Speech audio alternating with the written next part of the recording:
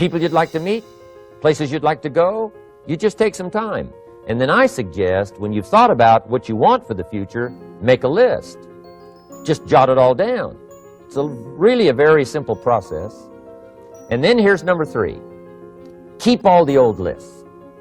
I'm telling you, this served me so well, keeping my old list of goals. I look back now 10, 20 years ago at goals I set, lists I made, and I smile now because here's what I thought was so important, 20 years ago. Now some of those things aren't even on my list. I've got a new list. I've grown, I've changed, I've matured. But I give you that advice. Decide what you want. Number 2, write it down. Number 3, keep the old lists. And then here's number 4. When you get something that's on one of these lists, check it off. Part of the fun of having a list is checking it off. And then if you can add some drama to checking it off, see, that's what really helps. I set a goal to go to Spain many, many years ago.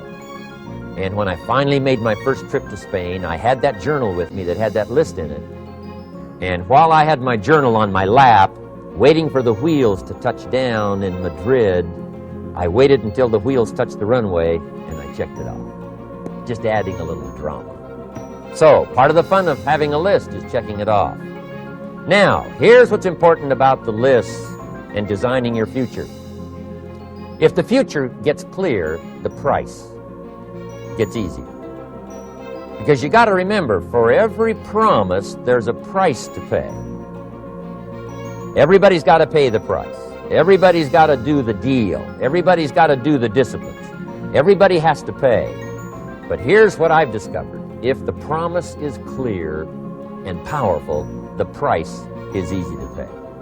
The price is some classes. The price is a few books. The price is a few disciplines. The price is finding something that'll make your life better, make you grow, make you change, make you develop. So the first part of the key is to design the promise. Then, what is the price to pay? I'm telling you, the price will be easy. Anybody in my audience can pay, no matter where you are, where you come from. Color doesn't matter, religion doesn't matter, where you grew up doesn't matter, circumstances don't matter. I'm telling you, if you'll make the promise of the future clear for yourself, the things you want, the places you want to go, the things you want to have, the person you want to become, the skills you want, the homes you want, the future you want, the friends you want, all of the values of life that you could possibly want. If you'll make that clear, make those lists, and be serious about it, I promise you it's an easy price to pay. Anybody can pay it. And the best advice I can give you is, if I can do it, you can do it. Farm boy from Idaho, raised in obscurity, I changed my life, turned it upside down, turned it all around, found economics, found future, found promise, and if I can do it, you can do it. So, start setting your goals and see if you can't get a better excitement going for the things you want to accomplish for the future. Now here's my third subject, and that's called financial independence. Oh, by the way, before I get to financial independence, let me cover one more point. One of the major reasons for setting goals is for what they make of you in achieving them. My teacher advised me when I first got started at age 25, he said, "Jim, why don't you set a goal to become a millionaire?" He said, "It's got a nice ring to it, enough zeros to impress your accountant." And he said, "I'm here to help you. You're only 25 years old. You've been to 1 year of college. You've got a beautiful family, every reason to do it. Why don't you set a goal to become a millionaire?" And he said, "Here's why." And I thought, he doesn't need to teach me why. Wouldn't it be nice to have $1 million? He said, "No, then you'll miss it." He said, "Here's why. For what it will make of you to achieve it." I'm telling you, that statement changed my life. Set the kind of goals that will make something of you to achieve them. He said, "Now, once you become a millionaire, what's important is not the money." I thought, that's kind of strange teaching. He said, "Honest, it isn't important." He said, "You could just give the money away." Now, I did better than that. I lost it all. By the time I was 31, I was a millionaire. By the time I was 33, I was broke. And I'll tell you a little bit about that story later. But when I lost all my money, guess what? I found out Mr. Schoaf was right. What was valuable was not the money. What was valuable was what I became to earn the money. The skills I had, the knowledge I had about the marketplace, the values that I had going for me. They were more valuable than the money. And here's an important statement to remember. It's not what you get that makes you valuable. It's what you become. So part of the key here is to set the kind of goals that will make something of you. Don't set them too low so that you don't have to grow and you don't have to read and you don't have to try and you don't have to stretch. Don't set them too low. And then don't sell out. Don't go for something that's going to cost you your virtue or cost you your values or sell out your principles. There's a good middle road here to follow. Goals that will inspire, goals that will help you grow, change, develop, and become better than you are. Okay, now let's talk about financial independence. How to become rich by 40, 35 if you're extra bright, much sooner if you find an opportunity like I did. Let me show you how I did it. Financial independence. First of all, I like the phrase financial independence. Some people are a little bit concerned about using the word becoming rich or becoming wealthy, and I can understand that. I struggled a little bit with this. Is it okay to go for becoming rich, go for becoming wealthy? And maybe that's a bit too strong a word or strong a term. So here's what I've come up with that I think is comfortable for me, and that is how to become financially independent. I think it's every person's heritage here, especially in America, to become financially independent. Now, let me give you my definition of financial independence. Financial independence is the ability to live from the income of your own personal resources. Financial independence. Now, it depends on how you want to live. If you need $2,000, $3,000 a month, if you need $4,000 or $5,000 a month, if you need $10,000 a month, some people may need, $100,000 a month.